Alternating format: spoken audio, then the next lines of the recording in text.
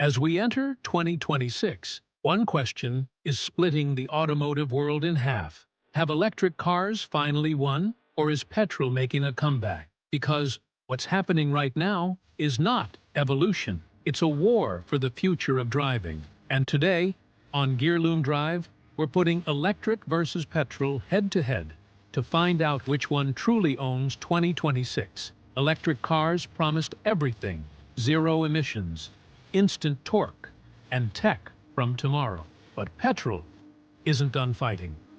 While EVs wait 40 minutes to charge, petrol fills in 4. While batteries age, engines evolve. And when the grid fails, only one still roars back to life. Still, 2026 is when EVs level up.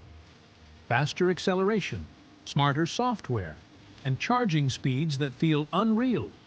Some go from 10 to 80% in under 15 minutes. Maintenance? Almost zero. And your running cost? Barely a fifth of a petrol tank. But here's the catch no one wants to admit. EVs don't run on power. They run on infrastructure. If chargers aren't where you are, range anxiety becomes reality.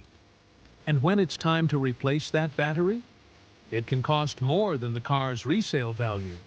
So, who wins in 2026? Truth is, no one's crowned yet. Because this isn't just a race between machines. It's a race for the future we believe in. If you love silent speed, clean energy, and low running costs, electric is your future. But if you crave power, sound, and freedom, petrol still has fight left. In 2026, the battle continues. One side is charging forward, the other still burning strong.